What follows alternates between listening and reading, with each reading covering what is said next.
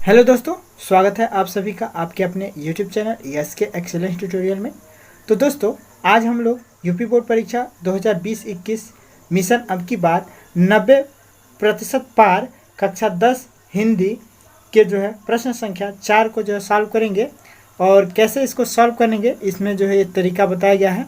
और इससे पहले हमने जो है क्वेश्चन नंबर 1, क्वेश्चन नंबर 2 और क्वेश्चन नंबर 3 जो है बता चुका हूँ, ठीक है ना। इसका वीडियो आप लोग जो है प्लेलिस्ट में जाके हिंदी नोट्स में जो है देख लीजिएगा, ठीक है। बाकी मैथ के भी जो है प्लेलिस्ट बने हुए हैं, साइंस के भी नोट के जो है प्लेलिस्ट बने हुए हैं, तो इन सबको भी जो है आप लोग प्लेलिस्ट में देख लीजिएगा, ठीक है। तो आइए देखते हैं हिंदी का जो है क्वेश्चन नंबर 4 कैसे सॉल्व करेंगे।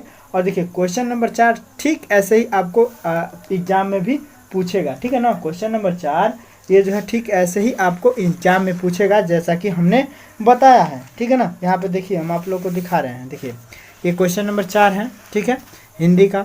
और क्वेश्चन नंबर 4 पे जो है यही पूछता है हमेशा, ठीक है ना। इसको फिक्स है कि क्वेश्चन नंबर 4 पे क्या पूछेगा कि निम्नांकित पद्यांश में से किसी एक की संदर्भ सहित व्याख्या कीजिए तथा उसका काव्य सौंदर्य भी लिखिए, ठीक है ना। तो इसका काव्य सौंदर्य भी लिखना है। देखिए आपको जो है पहले ही बता दें कि 1, 4, 1 क्या है। तो देखिए 1 नंबर आपको मिलेगा संदर्भ पर, ठीक है ना। उसके बाद से जो है आपको जो है 4 नंबर व्याख्या पे मिलेगा और उसके बाद से काव्य संदर्भ पर 1 नंबर मिलेगा, ठीक है ना। इस प्रकार आपको जो है इसमें भी 6 नंबर मिलेगा, ठीक है। तो दोस्तों इसमें 6 नंबर पाना जो है बहुत कठिन नहीं है, बहुत ही मुश्किल है। बस आपको जो है कुछ तरीके हम बता रहे हैं और उन तरीकों को अपनाएंगे तो 100% 6 नंबर इसमें आप लोग पाएंगे, ठीक है ना। तो आइए देखते हैं क्या तरीका है और इस क्वेश्चन को कैसे करना है, ठीक है ना। अब जैसे कि आप लोग देखिए यहाँ पे जो है वही जो यहाँ पे दिया है वही हमने जो है यहाँ पे नोट भी किया है, ठीक है। तो क्वेश्चन नंबर 4 दिया रहेगा कि निम्नांकित पदार्थों में से किसी एक की संदर्भ सहित व्याख्या कीजिए तथा उसका काव्य संदर्भ भी लिखिए, ठीक है ना। 2 पद आप लोगों को दिए गए रहेंगे। क में दिया रहेगा कि यही कहीं पर बिखर गई, माने यहाँ पे जो है कोई ना कोई जो है पद में से जो है पद यहाँ पे रहेगा।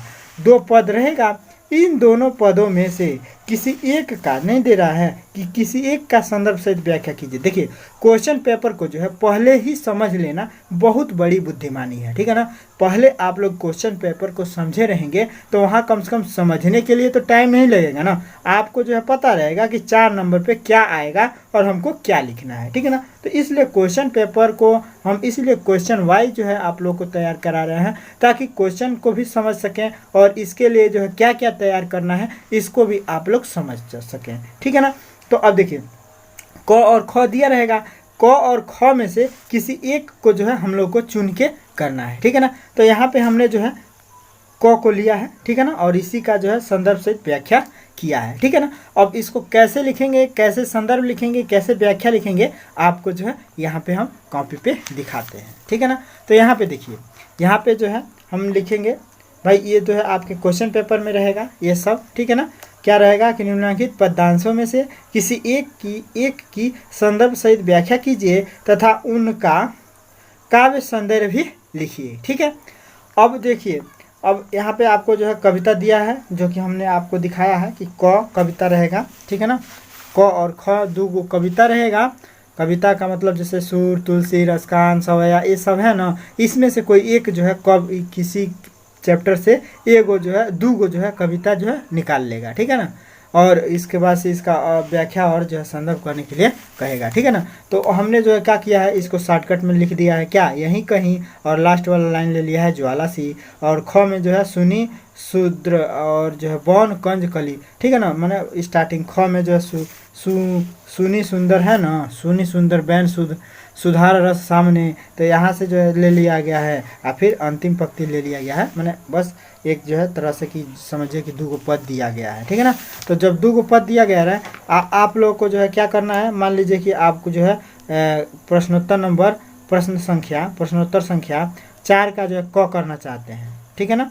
मैंने क आप लोग करना चाहते हैं तो क्या लिखेंगे कि प्रश्नोत्तर संख्या 4 क, यहाँ पे लिखिएगा। देखिए अब यहाँ पे जो है थोड़ा सा एक लाइन छोड़ के लिखिएगा, ठीक है ना।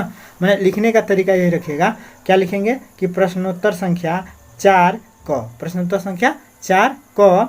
अब यहाँ पे लिख दीजिएगा यहीं कहीं पर सी ज्वाला सी, मैंने कहने का मतलब ये है कि अगर आप क कर रहे हैं तो क का जो है ये वाला पंक्ति, ठीक है ना, और डाट डाट करके ये वाला पंक्ति जो है लिख दीजिएगा। इससे पता ये चलेगा कि हाँ बालक ने जो है यहाँ से और यहाँ तक का जो है व्याख्या संदर्भ लिखा है, ठीक है ना। तो ऐसे जो है एक लिखने का एक तरीका है कि यहाँ से एक लाइन जो है छोड़ दीजिएगा, उसके बाद से यहाँ पे लिखिएगा कि यहीं कहीं पर, ठीक है, और फिर डाट डाट करके लास्ट वाला लाइन ज्वाला सी, ठीक है ना। इतना लिखने के बाद से आप लोग लिखिएगा उत्तर क अब संदर्भ, ठीक है ना, उत्तर क संदर्भ लिख दीजिएगा, क संदर्भ, ठीक है ना। अब संदर्भ में जो है क्या लिखेंगे कि प्रस्तुत पद्यांश हमारी पाठ्य पुस्तक हिंदी के काव्य खंड के झांसी की रानी समाधि पर शीर्षक से लिया गया है। यह कवियत्री सुभद्रा कुमारी चौहान द्वारा रचित है। यह जो किसने लिखा है यह जो है बताना जरूरी है, ठीक है, तो इसलिए जो है ये लिखना जरूरी है, ठीक है ना। लिया चौहान द्वारा रचित है, ठीक है। अब इतना जो है आपका संदर्भ हो गया और इस पे आपको कितना नंबर मिल गया, 1 नंबर, ठीक है ना। अब देखिए सभी संदर्भ ऐसे ही होंगे। अब क्या बदलेगा तो पाठ का नाम बदलेगा और जो है इसके जो रचयिता है जिन्होंने जो लिखा है उनका जो है नाम, मैंने चैप्टर का नाम बदलेगा, पाठ का नाम और राइटर का नाम बस बदलेगा। मैंने पाठ का नाम जो है चेंज होगा, मैंने जिस मैंने पाठ से आपका यह कविता लिया गया रहेगा वही कविता का जो है उसी पाठ का नाम लिखिएगा, ठीक है ना। और इसका जो है पहचान भी करना पड़ेगा कि यह कैसे पता चलेगा कि यह जो है कौन से पाठ से लिया गया है। तो इसके लिए आप लोगों को सभी कविताओं को कम से कम पढ़ना होगा और इसको चिन्हित करना होगा कि क्या चीज़ है, कि इसको क्या समझेंगे, ठीक है ना। तो इसके लिए जो है सभी जो है आप लोग पद को जो है पढ़ लीजिएगा, एक बार खाली पढ़ लीजिएगा, ठीक है ना, ताकि पता चलेगा कि किस में क्या है। उसके बाद से व्याख्या कर देना है आप लोगों को, ठीक है। व्याख्या में जो आप लोगों को 4 नंबर मिल जाएंगे, ठीक है ना। तो व्याख्या कैसे करना है भाई, जैसे है वैसे ही अपने भाषा में लिख देना है, ठीक है ना। ज़्यादा कुछ अगर नहीं जानते हैं ना तो जैसे ये है ना, अब जैसे ये मान लीजिए कविता के रूप में लिखा है तो थोड़ा सा बढ़ा चढ़ा के कि लेखिका कहती हैं कि जो है रानी लक्ष्मीबाई जो है युद्ध में जो है लड़ते लड़ते जो है क्या हो गई, घायल हो गई, मतलब जो भी है इसका जो कहानी आप लोग पढ़े रहेंगे तो लिख सकते हैं। देखिए हमने जो है इसको जो है लिखा है, ठीक है ना। कैसे लिखेंगे, अब यहाँ पे देखिए, यहाँ पे लिखेंगे कि कवित्री रानी लक्ष्मीबाई को जो है भावपूर्ण श्रद्धांजलि अर्पित करती हुई कहती हैं। कवित्री रानी लक्ष्मीबाई को, मैंने कवित्री जो सुभद्रा कुमारी चौहान है वो रानी लक्ष्मीबाई को भावपूर्ण श्रद्धांजलि अर्पित करते हुए कहती हैं कि इस समाधि के आसपास वह वीर महिला टूटी हुई विजय माला के समान बिखर गई थी, ठीक है ना। इस समाधि के आसपास वह वीर महिला टूटी हुई विजय माला के समान बिखर गई थी। इस विजय माला को और आगे न ले जा सकी क्योंकि वे अंग्रेजों से युद्ध करते करते शहीद हो गई थी। रानी की अस्थियां इसी जो है समाधि में संचित है। रानी की जो अस्थियां हैं इसी समाधि में संचित हैं, जो आने वाली पीढ़ी को उनकी वीरता के स्मृति चिन्ह के रूप में जो है याद दिलाएगी, ठीक है ना। तो ऐसे जो है आप लोग अपने भाषा में लिख दीजिएगा। कहानी पढ़े रहेंगे, बस कहानी का सारांश ही लिख देना है। मैंने नहीं कुछ समझ में आ रहा है तो बस इतना पहचान लीजिएगा कि किस जो है चैप्टर से है, ठीक है। और उस चैप्टर का जो है सारांश अगर आप लोगों को याद आ रहा होगा तो लिख दीजिएगा इसमें, ठीक है ना, कोई दिक्कत नहीं है, ठीक है। अब इसके बाद से आगे और भी है अभी इसका अर्थ, ठीक है ना। इसके बाद से जो है कवित्री रानी द्वारा जो है अंग्रेजों के, यहाँ पे देखिए, कवित्री रानी द्वारा अंग्रेजों के साथ किए गए युद्ध का वर्णन करती हुई कहती हैं कि रानी लक्ष्मीबाई अपने जीवन के अंत तक अंग्रेज सैनिकों की जो है तलवारों पर बार जो है सहती रही। सैनिकों की जो है तलवारों बार जो है सहती रही, मैंने तलवारों के जो बार है वह जो है सहती रही, वह वीर गति को प्राप्त कर गई, ठीक है ना। वह वीर गति को सहती हुई वीर गति को प्राप्त कर गई। इस घटना से अब जो है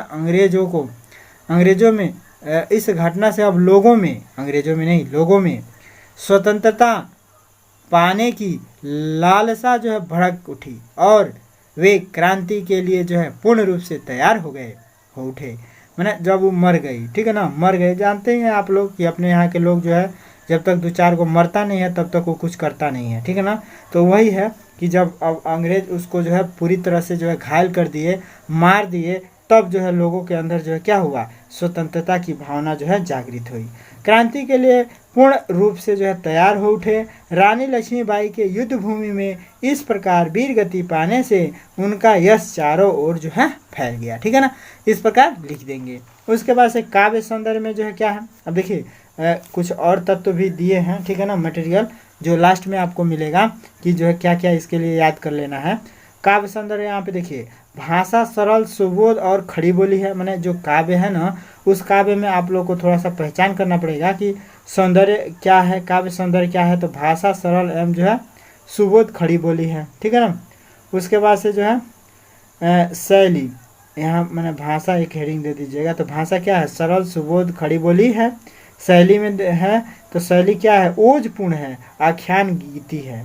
ओजपूर्ण आख्यान गीति ही है, ठीक है ना, गीति ही है। रस जो है क्या है, वीर रस है और गुण ओज है। अलंकार रूपक अलंकार है, ठीक है ना। इसमें जो है रूपक अलंकार का जो प्रयोग किया गया है, समाधि को जो है क्या विजय माला से जो है दिखाया गया है, ठीक है ना। तो इसलिए जो है यहाँ पे जो है क्या है, रूपक अलंकार है, ठीक है।